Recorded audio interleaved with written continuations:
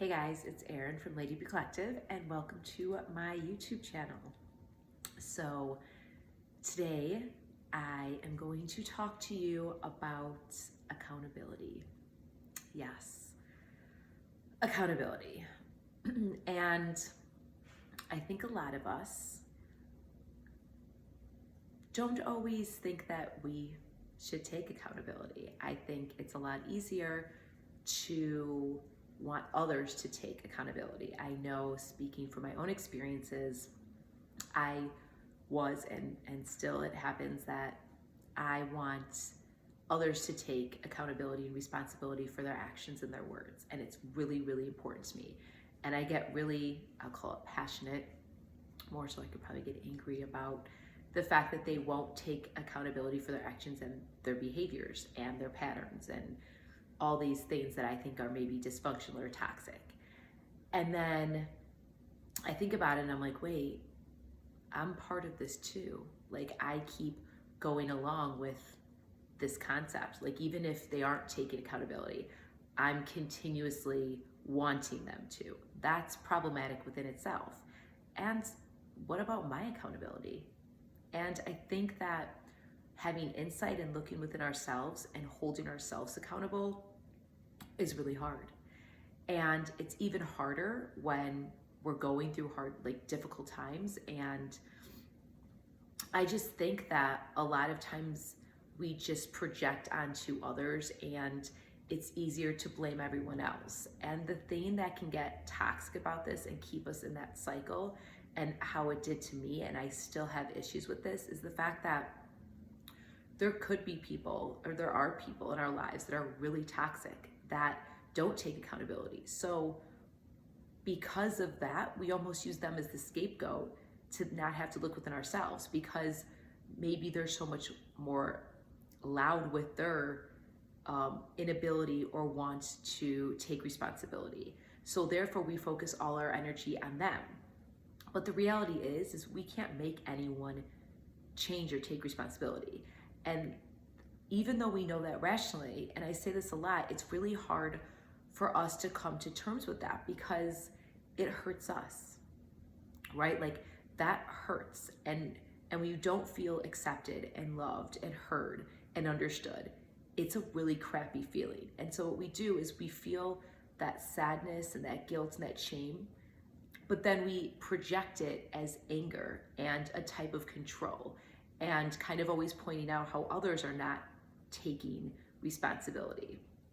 And I know I would get in the habit of that, and I wouldn't take my own inventory. I wouldn't take the things I needed to take responsibility for and things I needed to work on for me. And little by little, I would try to break that cycle and focus on me. Even though it was hard to look at things I didn't like about myself, or I wasn't being myself about, or I knew I could do better. That was hard. But I think when I started to look at it as just things that it's nice to make a list, right? And just kind of think about things that we know we could do better and look at that perspective of it. Not like, oh, this is what's wrong with you. You know, like a lot of people look at it that way. If I take accountability, then I'm saying I'm guilty for this, this, and this, and this means that I'm not a great person or I don't have great qualities. It's not that. It's just that with life and experiences and triggers and trauma and all the stuff that we go through, we tend to not take inventory on that, right? Like, we take inventory on our friends and our family and work and kids and pets and everything else in life. But the one thing that it's hard to do is do that inside work and look within ourselves. And I think, though, when we can do this and we start looking within and saying, okay, I want to do better in this for me, not for anyone else, for me.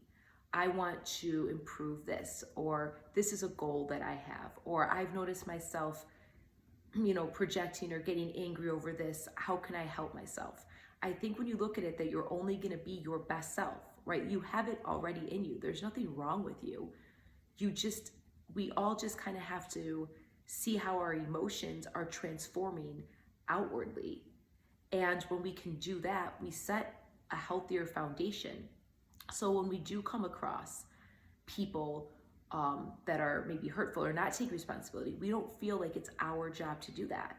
We could maybe mention one thing and then move forward and just be like, this isn't for us. Or we can take the high road and say, you know what, I don't want to have this particular discussion with you, right? We can kind of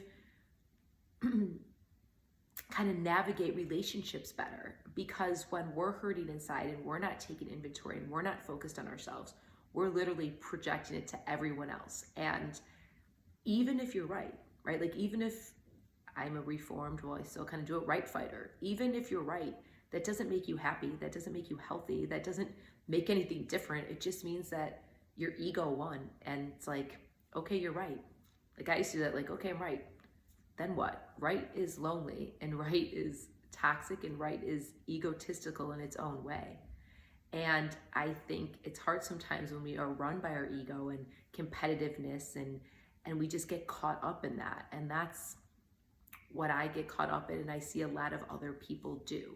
So I wanted to make this video to basically say that taking accountability is not have to be full of shame or guilt. It doesn't mean you're a bad person. It doesn't mean that you have all these bad qualities. It just means that, again, sometimes all of our emotions and our experiences and what we want to put out there get intertwined, and it doesn't give the best version of us, like who we truly are. And that within itself also is frustrating and continues and perpetuates the cycle, because when we do that and we start to then feel like, oh gosh, we're misunderstood. I always say that, oh, I'm misunderstood. No, the reality is I'm projecting anger or just hate onto something. And of course that's what I'm going to look like I'm angry. But really I could just be really sad or really wanting to help someone or just guilt-ridden. But the thing is that you have to, again, look within yourself and just make a list. Like I'm actually going to make another one today where I just kind of write some of my goals and some of the things I just want to work on and be better on for me. Like not for anyone else, for me. First and foremost, it always has to be for you. And then it could be for your extended family or friends.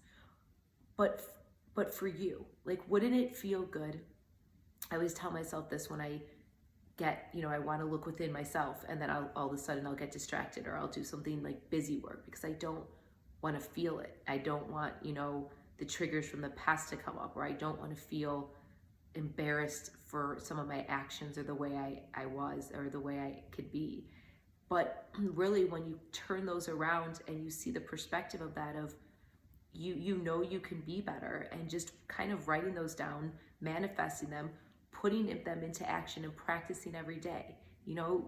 It's not going to happen overnight, but I think there's something to be said that, when we do nice things for other people and they feel good, we feel good.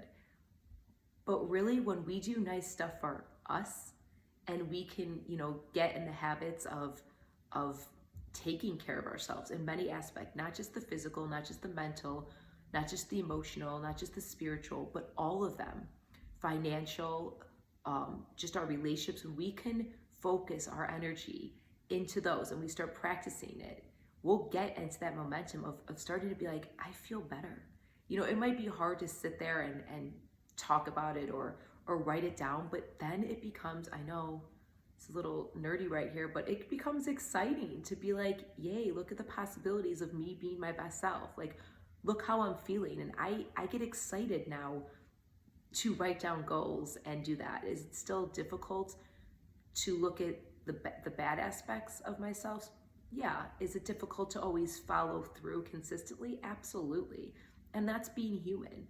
But the more we can just be direct with ourselves and have insight into ourselves and do that, the more we can be direct and lead with kind of compassion and patience with other people. And I think that's really big, because we tend to hurt the ones we love sometimes by not helping ourselves first, because we feel like we have to give, and we just are not, just kind of running on fumes. And that's never good with that, because again, we're trying to make so many people happy, because then that takes the void for the fact that we're not really happy.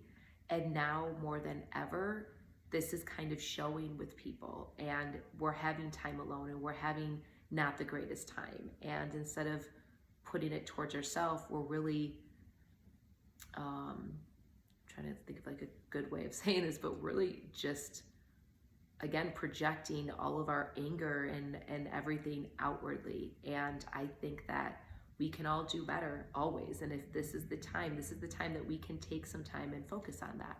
So again, I just want to say, disclaimer, I do think it's important that you hold other people to a high standard as well and hold them accountable.